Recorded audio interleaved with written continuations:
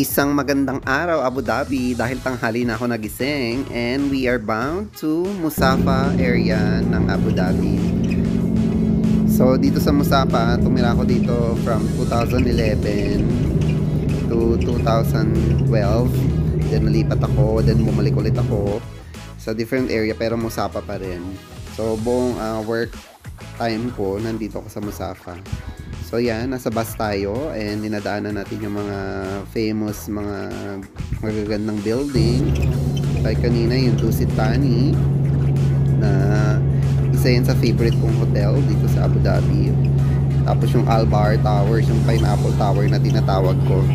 So yan, dahil marami nang changes dito, pati yung route ng bus, napansin ko nagbago na. Kasi dati hindi naman talaga siya dumadaan dito sa may road na to. Yan yung kita mo yung Dusit, yung Al Bahr Towers. Doon siya dumadaan sa airport road. Ngayon dito na pala siya dumadaan sa Murur. Tapos after nyan, diretso na sa main highway. Kalimutan ko lang yung pangalan ng highway na yun. So yan o, yung Al Bahr Towers, o yung tinatawag kong Pineapple. So yan, nakikita nyo, di ba, parang nakasara siya, or nakabukas pala rather. So pag nasisinagan niya ng araw, o kung nasan yung sinag ng araw, sumasara siya. So, ito yung Anantara na resort dito sa may Mangrove Village or Anantara Mangrove.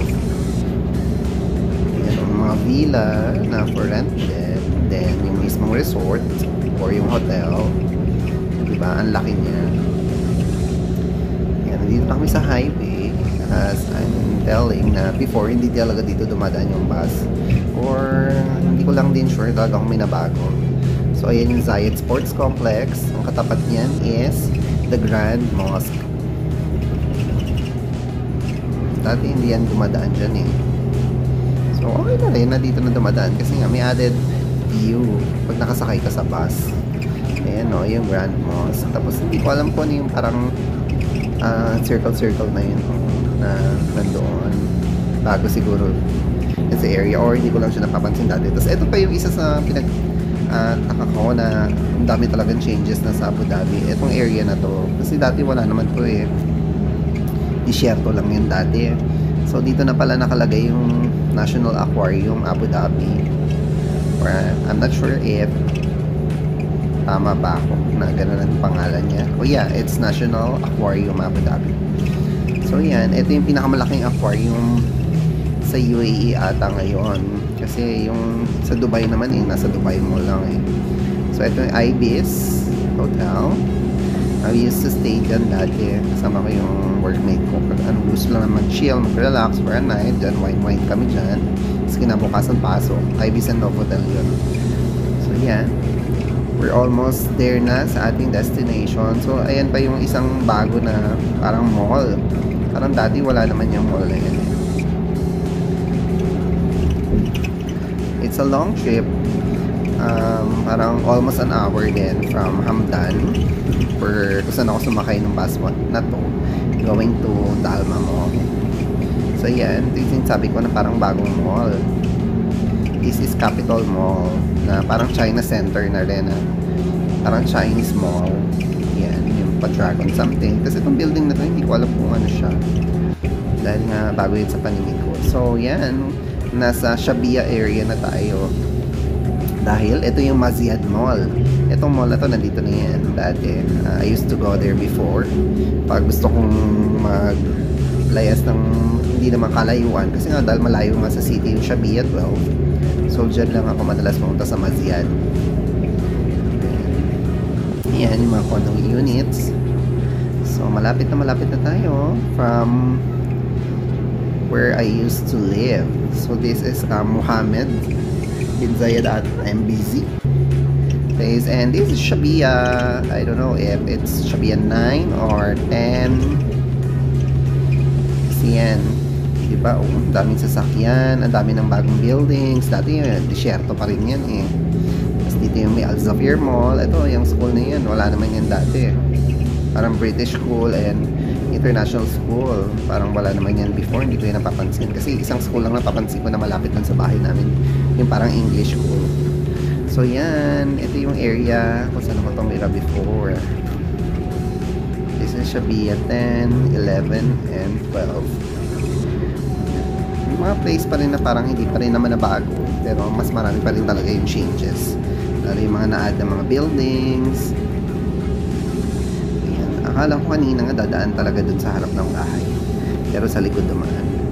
So dyan yung English school na sinasabi ko kanina. Tapos dyan din yung Zafir Mall or Al Zafir Center. Yan yung talagang pinupuntahan namin na parang mini mall. Dyan kami nag-grocery. Yung bago dating lang sa Abu Dhabi, nilakad ko yan mula sa bahay, sinerch ko lang sa mapa. So yan, hindi naman talaga kalayuan. Parang mga 10 minutes walking or 15 minutes walk lang mula dun sa tinitira namin. So yan, yung area, ayun yung school na sinasabi kong English school. Yan. So medyo lumapit tayo. Kaso nga, hindi na pala talaga dadaan kung saan dun ka building namin dati. Kasi yan, magle-left turn na yung bus. Eh dun pa further right pa yung yung building. Parang from sa pagkaliko, parang mga 10 building pa yung tinira namin building natin. So akala ko makikita ko siya up close and personal. So yan, this is my usual playground. Syempre paglakad-lakad kami. Yan, pag mamamalengke, bibili ng mga kung ano para sa bahay or para dun sa flat. So yan, so lakad-lakad lang, walang magawa sa gabi, popcorn ng kinain, exercise. Yan, ito yung playground namin dito sa Shabia area. Grabe, feels nostalgic coming back here almost a decade after, dahil umalis ako dito sa area na to ng 2014 o 2013 pa. So isang dekada na. Pero yun nga, kahit umalis na ako dito, dumadalaw-dalaw naman ako dyan sa Shabia kasi nga nandito pa yung mga friends ko before.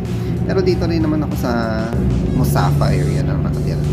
So yan, ito yung Gasco pipe or pipeline ng ADNOC. Not particularly kung Gasco. So yan, tinatawid namin yan para pumunta dun sa mall. Nilalakad namin yan. Yan, ayan yung building. Nandyan yung building namin. I don't know if you can see it there. So later, sana makita natin ako sa personal dahil nandito mga tayo sa Dalma Mall. It's day 5. Assalamualaikum, Abu Dhabi. It's my day 5 here. And I went back from where I started here way back 2011. As you can see on my front, there are buildings. Those buildings, grabe, it feels so nostalgic here. That's where we used to live. That is where it all begins. And this is Dalma Mall. Ito lang yung mall na pinapuntahan namin na nilalakad namin, dinadaanan namin yung pipeline. So from bahay, ikutin namin yun doon. Kasi pipeline yung harapan. And then thankfully nagkaroon yung bridge, ito connecting bridge. Or overpass. Kaya nakakarating kami. Ay, grabe. There's a lot of memories here.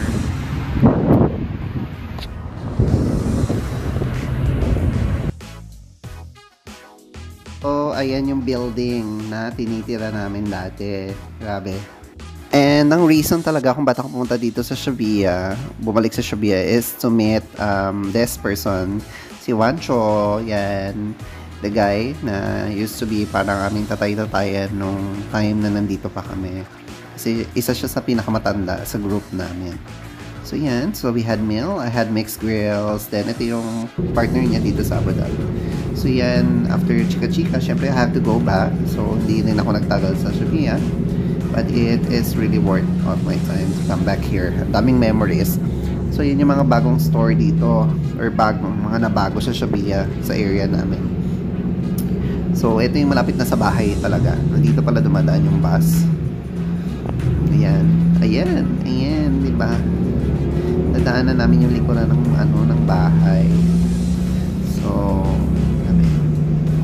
parang walang nakatira. As you can see, parang patay naman yung mga ilaw dun sa bahay. So pagdating ko sa city, nag-meet kami ng friend ko. Syempre nag-dinner na naman ako ulit.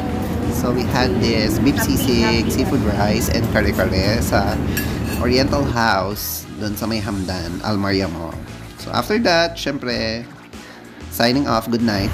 Day 6 in Abu Dhabi. So we're going to Almaria Island, specifically the Galleria. Yung mga yun ang tower doon, and yung Rosewood.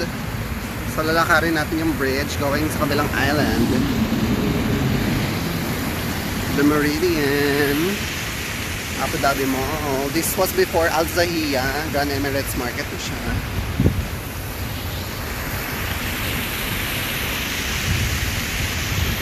Okay, see you on the other side.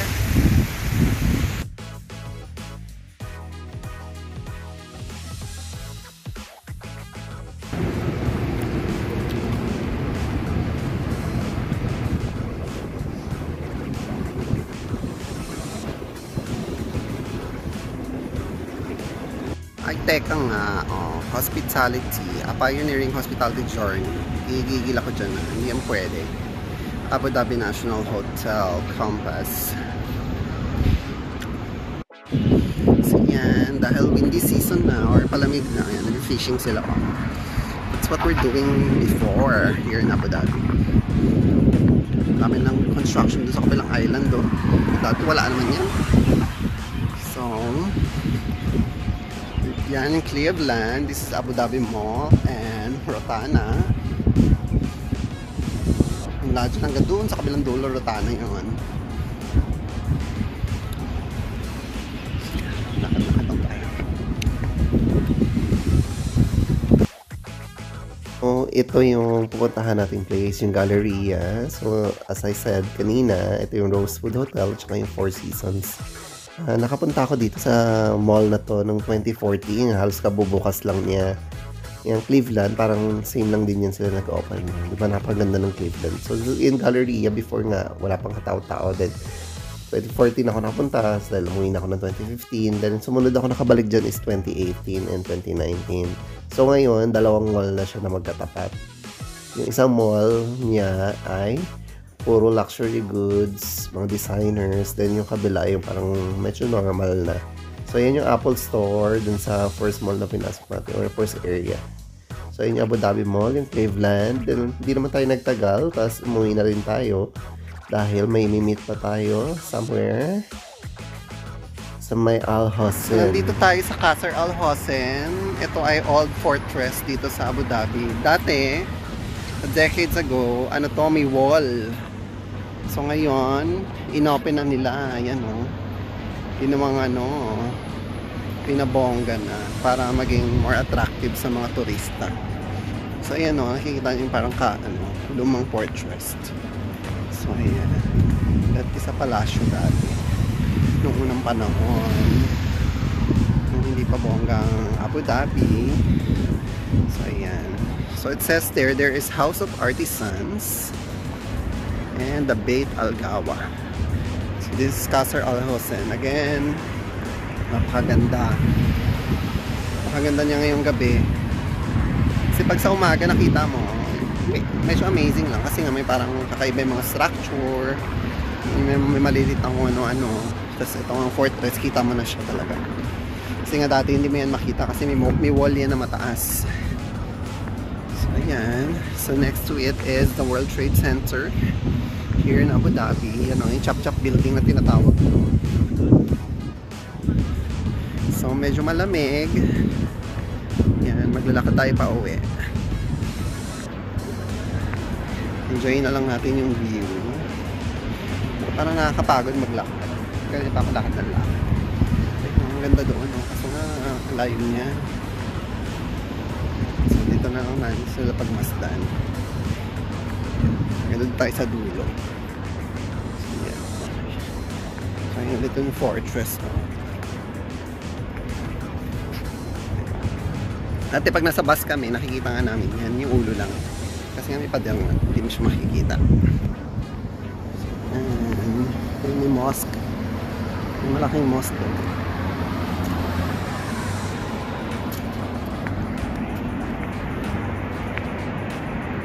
Hindi ko alam kung pangalan ng building na yun. Nakalimutan ko eh. Parang chop-chop din yung dulo niya. So Ayan, we are here nga pala in Calidia. This is Calidia. Calidia area. Here in Abu Dhabi City. So yan, pwede pala ako sumakay dito ng bus number 5. Bus na lang ako. 2 dirham na. Yan. So, and timetable. Route number 8. Ano ba ito? Yan, bus number 5 tayo. Bus number 5, diba? Ayan, dadaan yan sa aming bus number 5. Kasi parang kapagod ako. Bukas mag-beach na. Ay, may parang patubig doon, oh. Pa-fountain yan ni Mayor. Pag ano, may okasyon. May patubig doon. Magandang lapit-lapitan, eh. So, nandito lang tayo.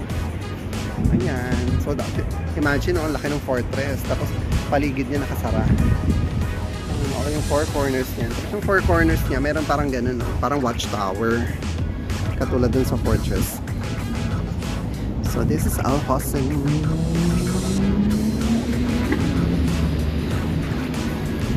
Bas pa ba ako? Maglalakad tayo. Ano? Sarado na rin yung ATC pala. WTC Mall. Kasi alas 10 na. So, ayun na nga. Maglalakad na lang. Inuwanan tayo ng bus.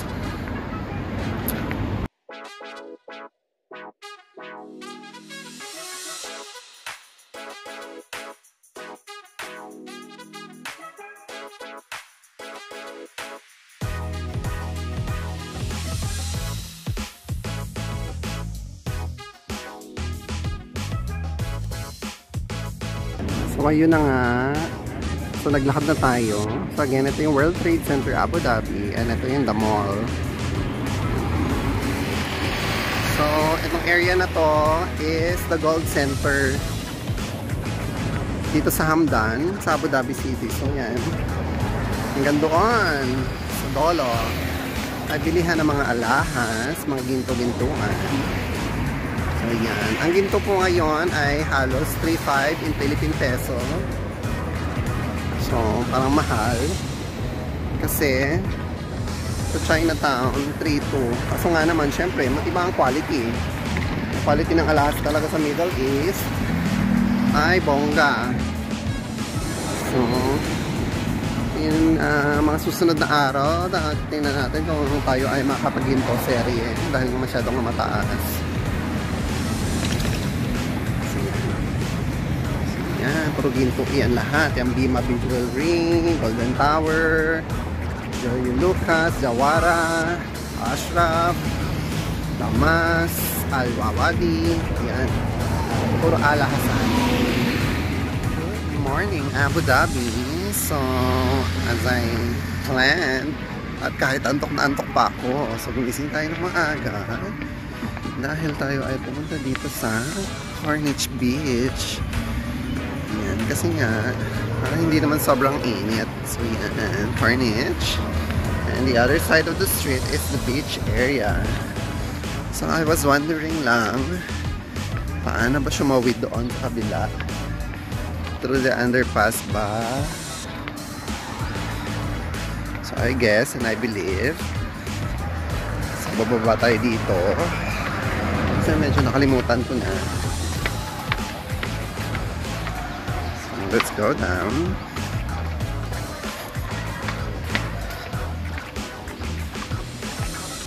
What do they have there? May tubig. Oh my gosh. Meron dito. May tubig. Bahamas. Oh my gosh.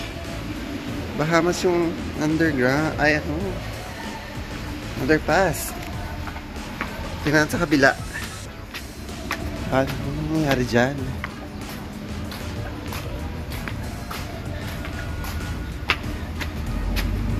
Nakakaloka. So, lipat tayo dito sa kabila. So, ayun na nga. Talagang Bahamas siya. May problem dito sa ilalim. So, baha talaga. So, we have no choice than to cross this baha-baha na ito. Dahil hindi tayo nakakarating sa beach, wala tayo iba yung dadaanan. So yun na nga. So nabasa yung sinelas natin. Wala tayong choice.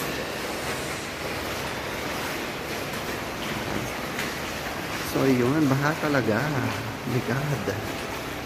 Mamaya dadaan tayo dito ulit. Baha. Yes, what's wrong? We don't know what's wrong here. Diba? Sana mo sa Pinas nang bumabaha din dito.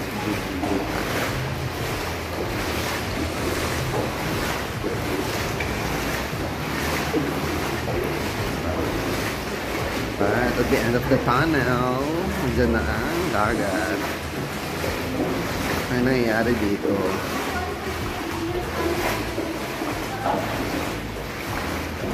May binaboka yung eme.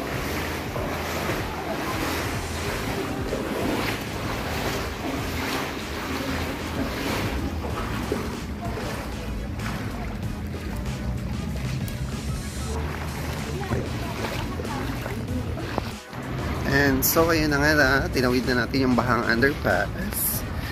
So, we have no other choice. So, this is the beach area. That's Agnoc. Let's check here. So, there's a basketball court.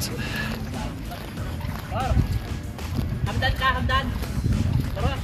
Inflatables.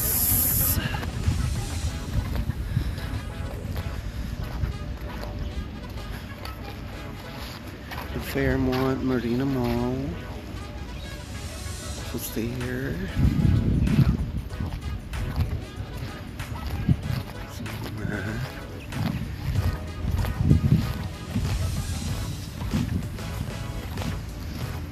So let's walk on the other side. Ano mas bad ko na dito sa air? Let's just walk pa.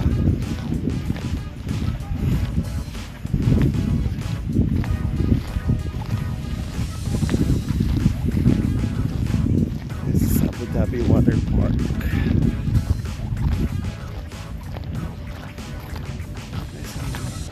Merong parang pa gym park tulad sa Japan and Korea.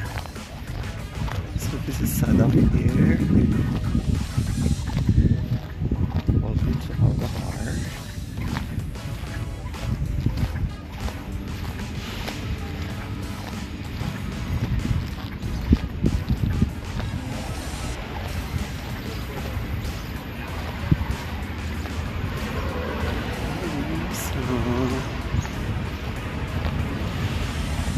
So there's the safety precaution. Ayaw na nagsiswimming. Kasi parang mabilat na. To go back.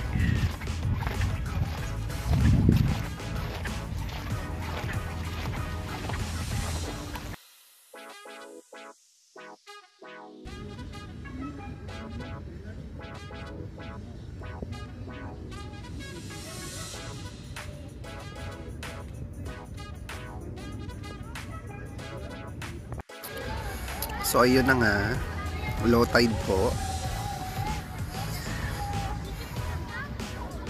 So syempre, hindi tayo mag-swimming kasi low tide. Boring. So yun lang, sightseeing lang tayo dito. Uwi na lang umaga. Kid doing floor exercise on the beach. So I guess gymnast yung bata. Here.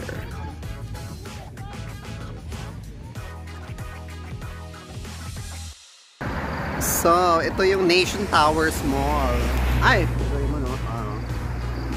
Diba? O, yan. Buo.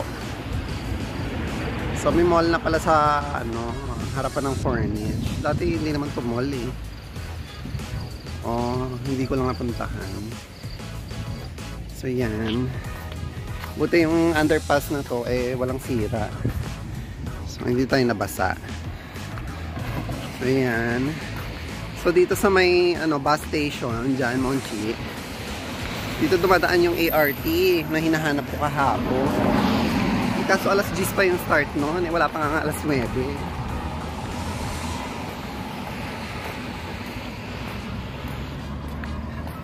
So, ano kayang gawin ko? Antayin ko yung ART. Saan ko magtambay?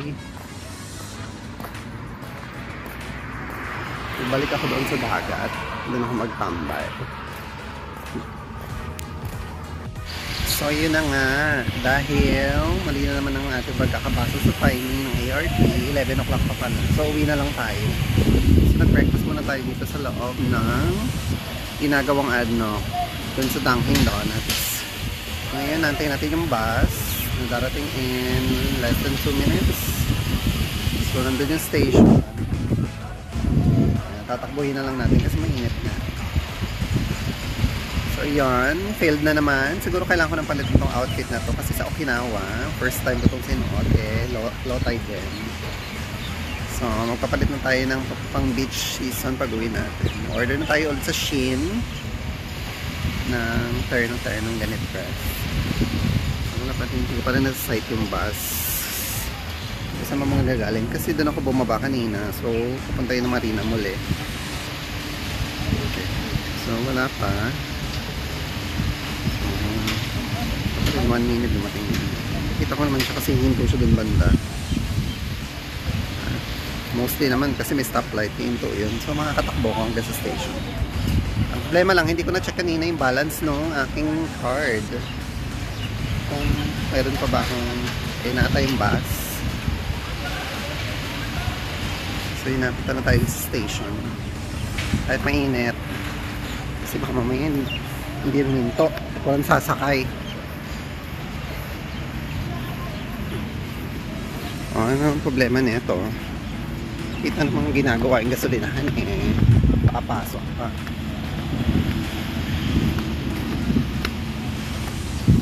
Ayan. So, ito yung bus station. Spinis. Dati na kami namimili sa Spinis na yan. Yung nasa clubhouse pa ako ng Adjas.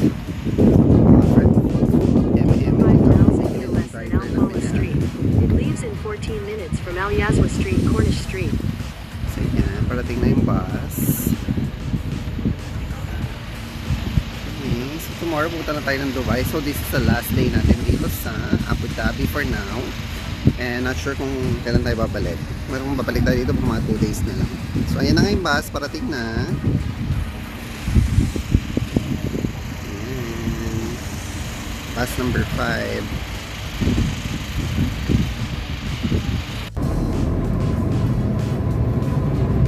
Okay na tayo sa bus. So ayan nga pala yung Abu Dhabi Energy Complex or Center, di ba? Ang ganda niya, laki. So pag uwi ko nga pala dun sa bahay, nakasalubong ko yung dati kong former workmate. Former mo na, dati pa. Yan, nagulat ako, kilala niya ako.